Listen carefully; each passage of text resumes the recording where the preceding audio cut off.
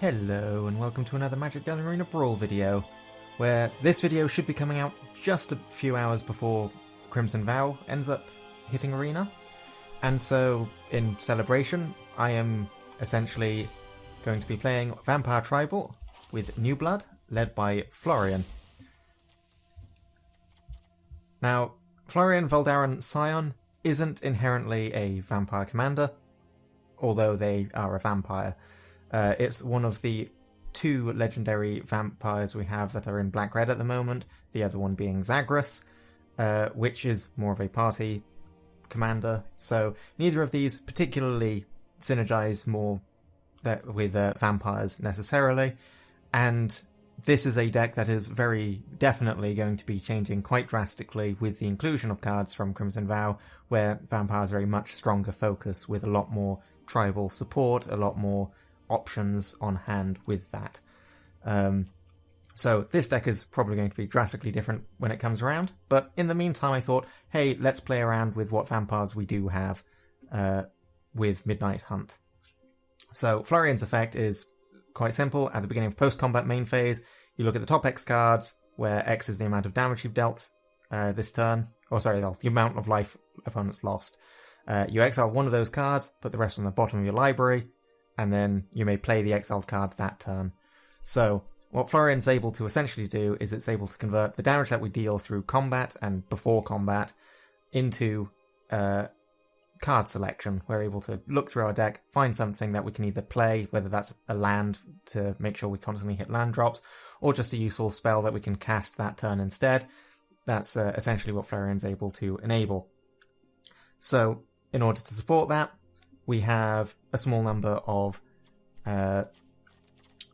vampires. We have, I believe, most of the rare and mythic ones, with the exception of like one or two. And we have a lot of removal, mainly because, well, Slaughter Specialist is technically a vampire that wants us to kill things in order for it to get bigger. It also is able to let us keep the opponent's board clear so that we're able to get hits in. And yeah, it gives us a good setup essentially to get our damage done. And we also want to keep our 3 mana instants and sorceries in a relatively decent distribution, because we also have Bloodthirsty Adversary, which is a vampire that's able to get extra value from them. So between those, we've got quite a bit of removal in play.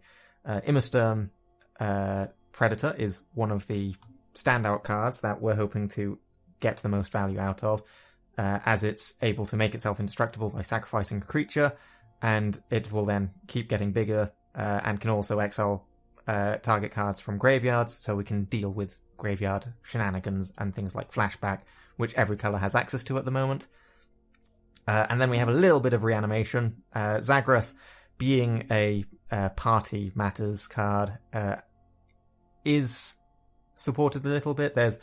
It's not like a massive, overwhelming amount, but we've got 4 rogues, we've got 3 clerics, we've got 4 warriors, and I don't think we have any wizards, but it's enough that we're probably not going to be casting him all that much, but there are chances that he'll be cheaper, and similarly with Thwart the Grave, and they're not likely to get cheaper that often, but it can, more often than not, return a creature and another creature of one of those types, so we'll sometimes be able to get 2 returns for 1 cost. They're not that impressive overall as options, but we're working with quite a small pool of vampires at the moment, and that should be about to change. Well, it is about to change. So yeah, this deck is most likely going to be completely overhauled by the time it's revisited in Midnight Vow, Crimson Vow. So without further ado, let's get into some games and see what the state of vampires is before the wedding.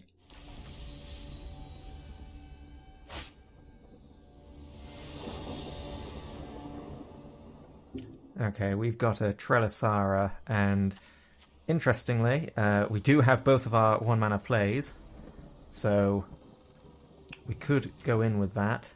However, they do have Well, they're going first, and they've got, I think that's 2-2 on entry, so could very easily be a 3-3, so they've taken a mulligan. This is playable, but because it is a free mulligan, I think we'll do it and go for some removal. No removal immediately. Well, we've got Hagra Mauling, so never mind. I guess they... Yeah, I guess they had to mulligan again, and didn't get anything, so that's unfortunate, but what can you do?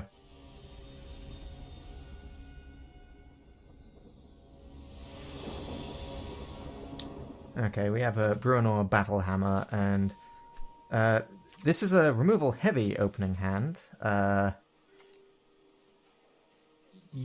Sure, we'll keep it.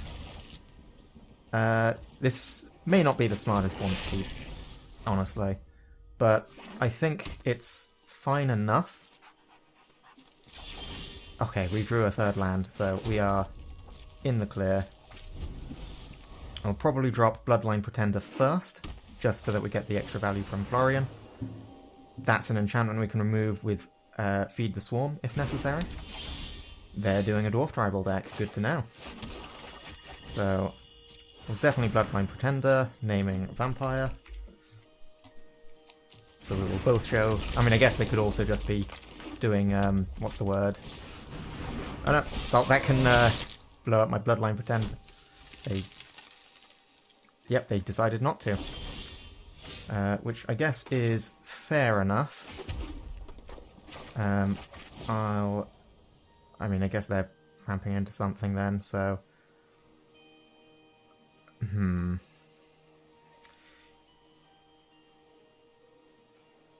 Yeah, we'll just drop the Florian. And swing in. Nah, no point swinging in yet. Because all that will do is...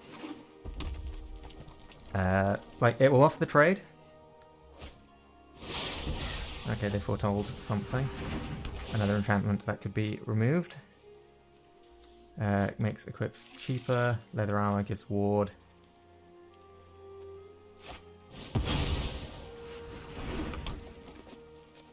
So, presumably they equip that immediately. Okay, no blocks. Ooh, Immersturm Predator, you say? Yeah, don't mind if I do. So yeah, let's see here. I'm definitely getting a land with Florian. If they follow up that with that, I can block, give indestructible. Yeah. Okay, this is a... Whenever it becomes tapped, sacrifice another creature. So I may be sacrificing the Bloodline Pretender in order to do this. But I think it's worthwhile, since we are able to guarantee our land drop. And we still have removal available to us. So I guess we'll grab the Haunted Ridge.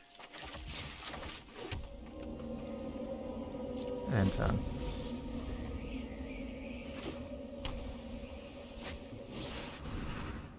Okay, that definitely makes us want to sacrifice. And I guess it doesn't matter which one we sacrifice at this point. Sacrifice that anyway. I'll submit 0.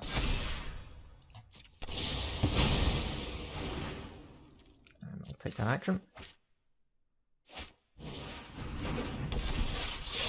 Okay, they can equip it, and it'll need to become a 4/5.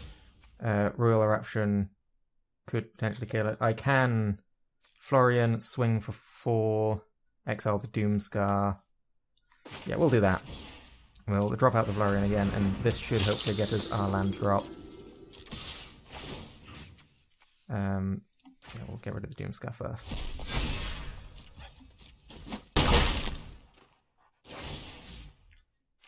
So, get ourselves a land. And land drop.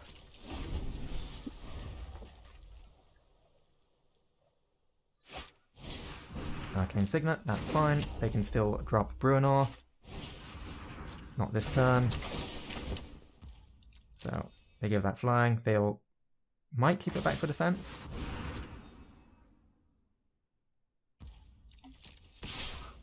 No, they're going all in.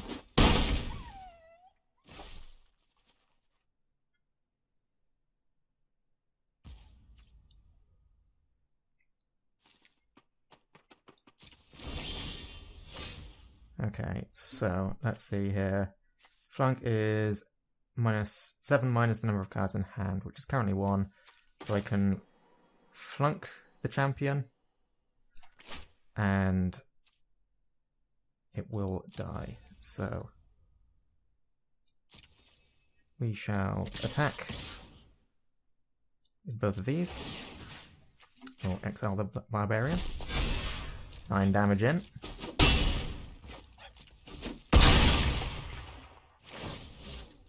I could have hungried for more twice and had lethal. Yeah, okay, they've decided to call it there, and yeah, I think they've probably. I mean, holding it back as an attack, a blocker doesn't do much when Immerstorm keeps growing. What were my cards here that I could choose from? What would I have picked? Soul Shatter would have been a good option. That would have worked well with the flunk. I could have used both and got rid of both of their creatures. Kazil's Fury, I just grabbed that, and then I just lob, win.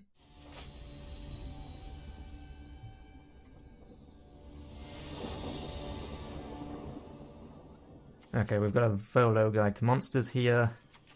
This is not a good opening hand. We've only got 1 black and double black for all of these, and a really heavy top end, so definitely a mulligan there.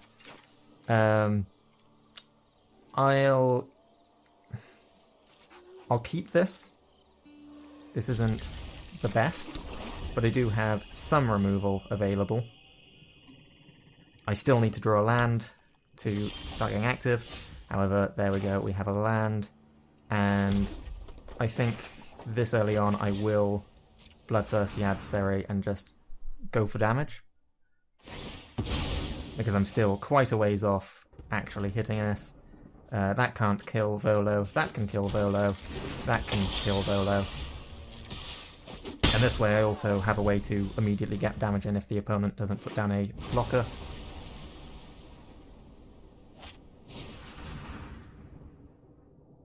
Yeah, that's fine.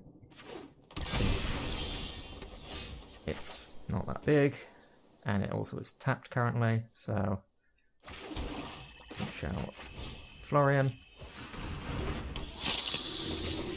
Although I guess the downside here is the card is getting exiled for good, so yeah, we'll get rid of that.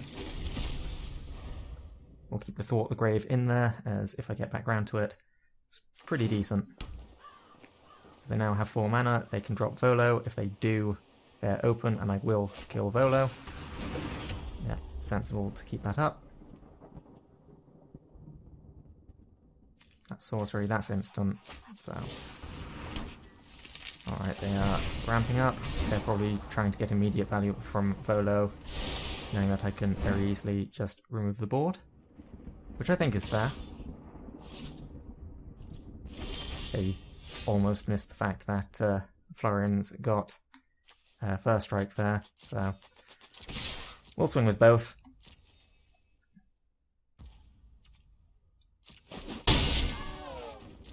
Okay, we get our 5 damage. I think we want a land here.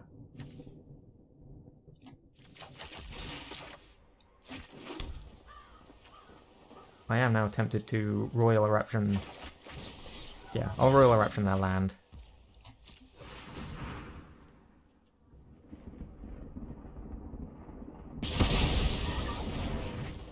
So now I can still keep up the Infernal Grasp. They only have 1 mana for Volo, so they're not getting anything impressive.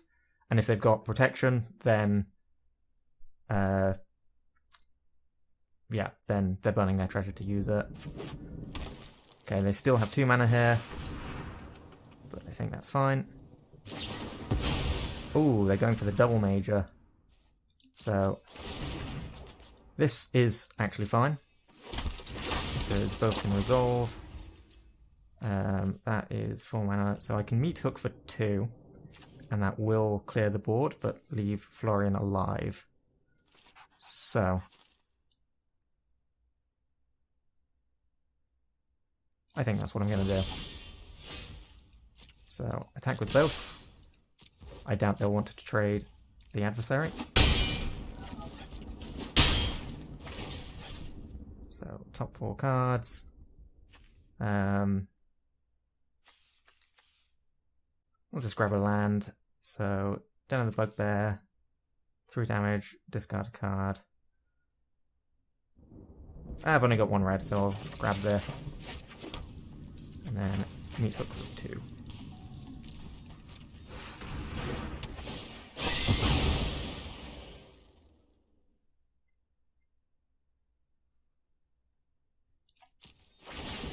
Now I should be in a very solid spot. I have my removal for whatever creature they play at 5 mana, or 6 mana.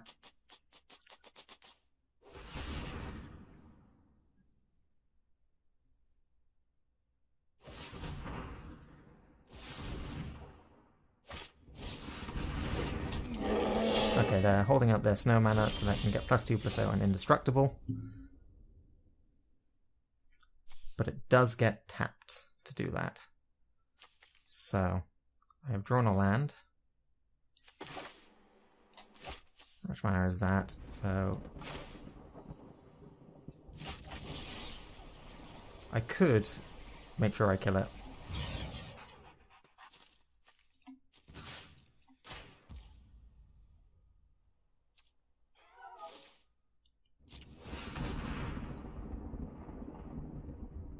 I'll just force them to pay into that first. And then I'll attack in.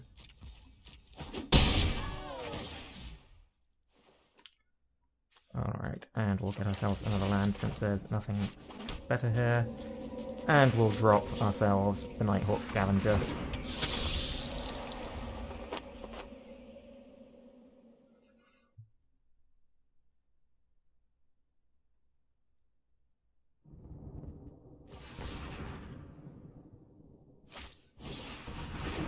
Cobra is fine.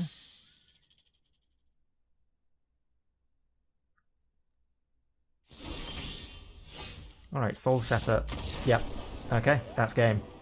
I think, yeah, with this, I like 5 mana, Zagreus, I've got Lethal in the air.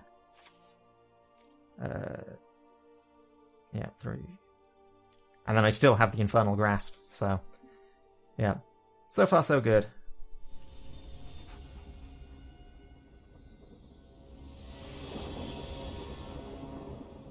Alright, Florian on Florian. Well, I have answers to Florian. I've got a turn 2 play. Yeah, I'm fine with this. Can Hive of the Eye Tyrant untapped, Mountain. Swing with the The awkward bit.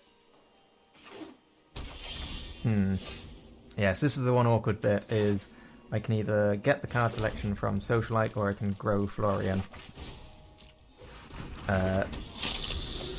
I think I'll grow Florian, since the first strike is relevant. I can then get more damage in on later turns. It's harder to remove from, you know, burn damage like Royal Eruption. And yeah, I'm not going to be able to get a land because I'll have played a land for the turn. Okay.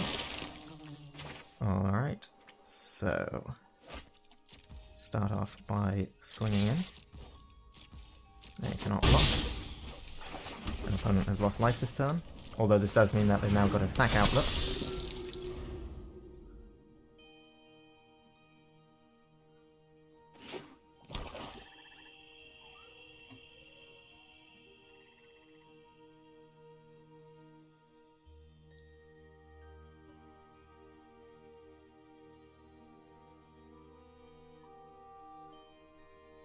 Yeah, my Florian being bigger here means that, yeah, they got to play a bit more aggressively there. We'll return that as such. They can get in for 2. They can take everything from my hand, but the question is, what exactly do they choose to take? Probably not the Wake to Slaughter, since that's got flashback. Yeah, Zariel makes sense, since I can then make a blocker and they can't attack in safely.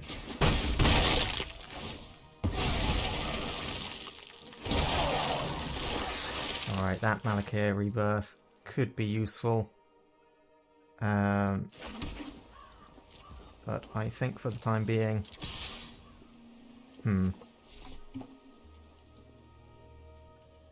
Do I attack in? So, I've not got a second black at the moment, so I can't Hagra Mauling.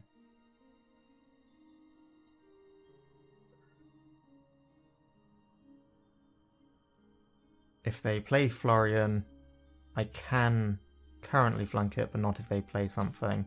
Holding this back as a blocker, it stops the Jadar, so it's one less card selection. I think I'll go in for the attack.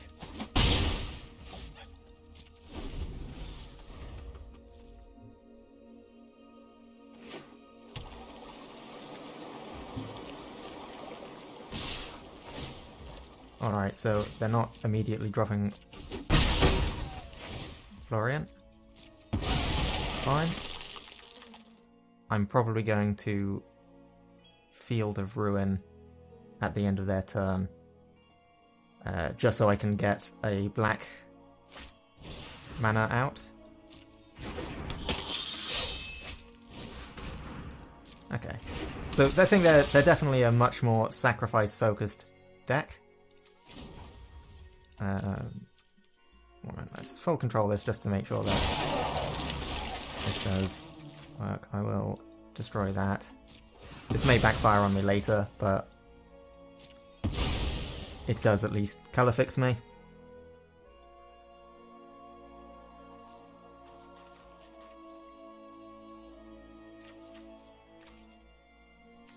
Let's see, I needed the second black.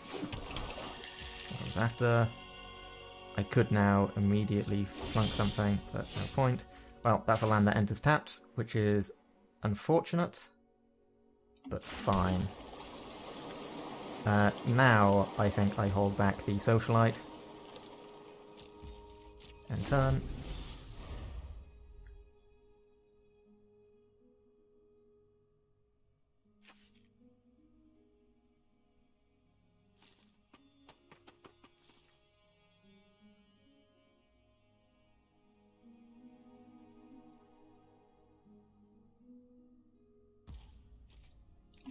Alright, so what are you attacking in with?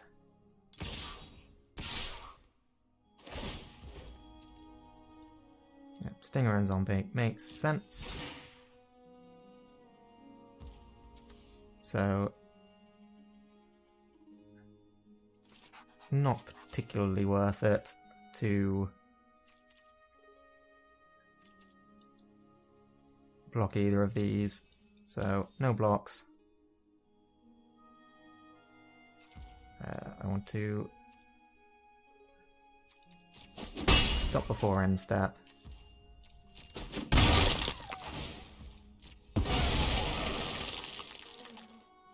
So hopefully they tap out for something, or at least pay a lot of mana into something. Alright, a Curse of Leeches, fine. They want to pass to end, so I'll flunk the Jadar.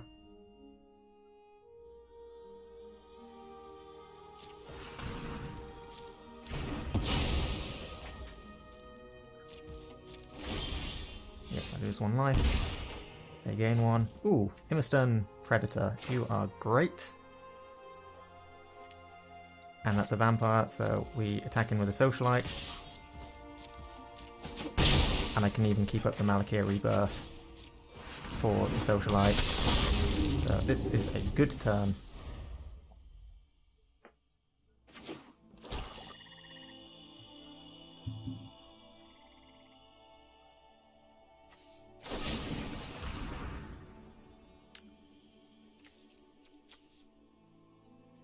Alright, that's their last piece of removal. So this is the turn that they're going to drop Florian, they're going to be able to get in for 2. I mean, I've got the Wake to Slaughter, so we'll sacrifice this Overlight.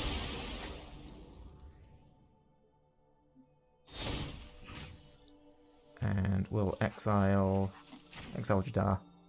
Black is more likely to recur creatures. I mean, I guess there's also the vampire that can flashback things, so...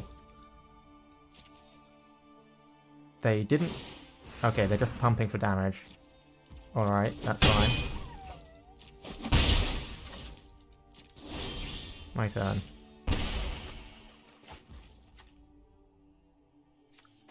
Alright, I'm going to Florian and get myself a land drop, hopefully.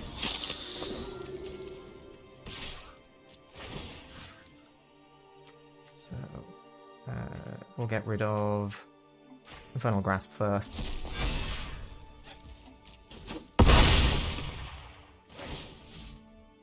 So yeah, definitely land drops. Okay, they've decided to concede.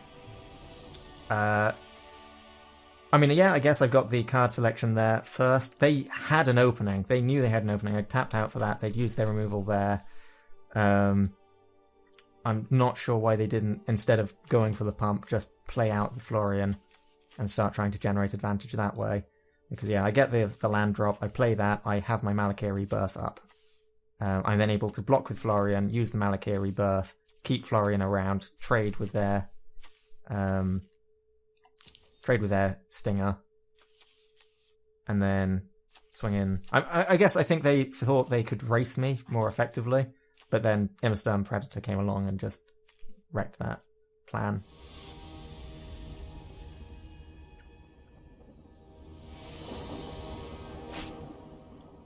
Alright, Rem Karolus. We've got Burn on our hands. So. Interesting one. So I have a creature removal. I think I'll keep this, because I can Evolving Wilds. Yeah, so we Evolving Wilds for a swamp. If we draw another land, we can play out the... Okay, that's an aggressive play, but I can get behind it. Let's not forget to sacrifice this. So we get ourselves our swamp. We draw a land that enters tapped. So we can drop that, we drop our Warlock class, does nothing this turn. Next turn we Haunted Ridge, we get punched for 5. So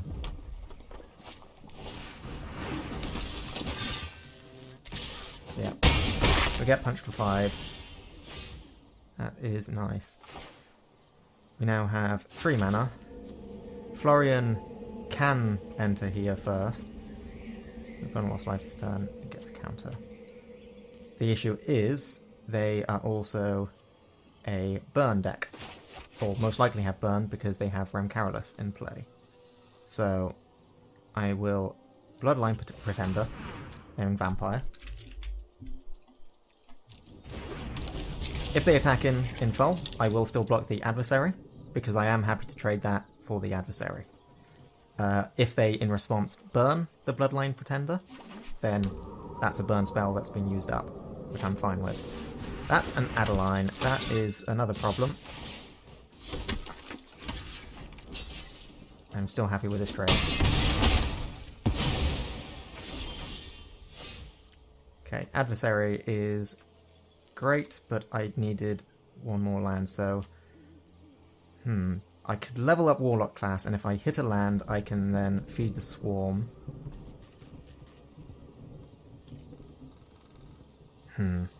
It's risky.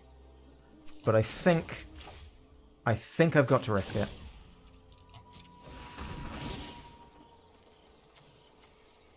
That is not good.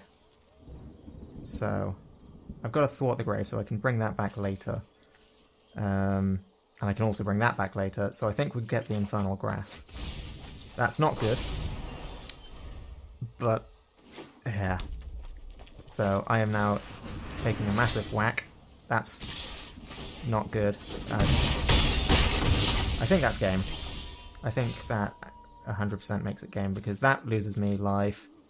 That loses me life. This loses me less life. I can't remove that. That was not a land. So we pay that. We pay that. We lose 2.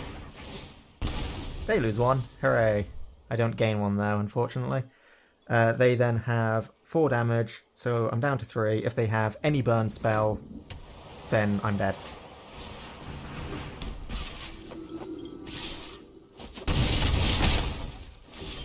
They have nothing to return with that yet. That is a land drop. However, I don't think it changes anything here. So I am going to... I'm going to go out on my own terms. Because yeah, let's see here. I can play that and that, but then that gets countered. That comes down, that's able to be a blocker for this. It is good game. So I'm going to just kill myself. Go out on my terms.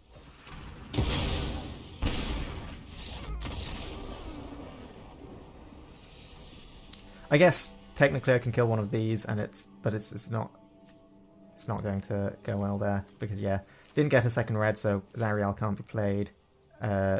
Not that those tokens do anything.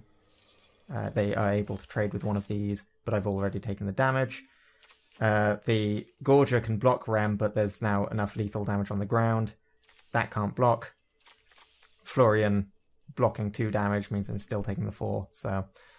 yeah, I think this is honestly what ended the game. Because sure, I'd be taking life loss from using 2 removal spells. Well, that and also missing a land drop. I did take that risk. If I'd removed Adeline, then it would have been fine still. It would have cleared that out of the way. I'd have taken 4 less damage. I'd be in a better spot. But I think it was still the right call to risk it.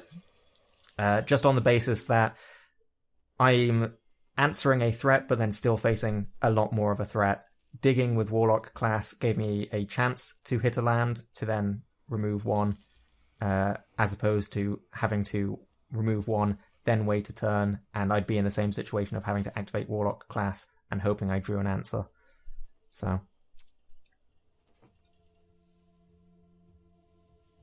And so that was Florian in action, and I think it kind of shows how good Florian is as a card, with just the selection of it. Like, even though we pretty much exclusively used it to grab lands, it meant that we never missed a land drop, and just being able to keep those lands coming means that we've never run out of gas. We always had something big to play. Immersturm Predator was 100% the MVP there. It managed to win us most of our games just by being able to hit the board, be indestructible, remove things from graveyards, which didn't become relevant in those games, but it grew bigger when doing so. And that just meant that it was able to constantly be a big threat with flying to punch in for Florian to keep growing.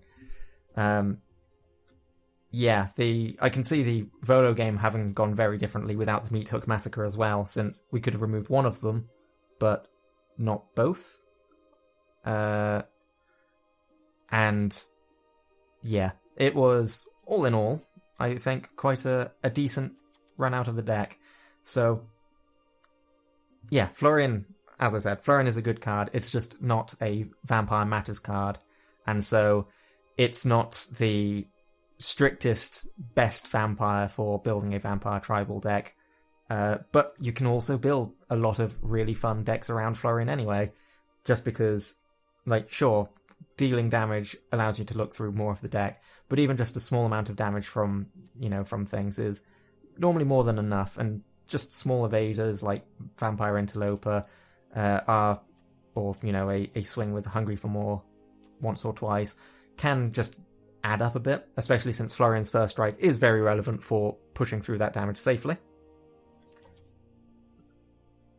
But yeah, it's hard to say, what would I change about this deck, or what will be changing with it with Midnight Hunt Crimson Vow.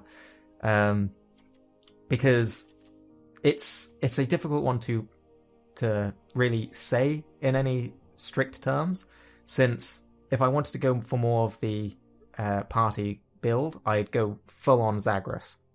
We build more around Zagreus and have that as the commander, and that's where Thwart the Grave and whatnot starts coming in on its own.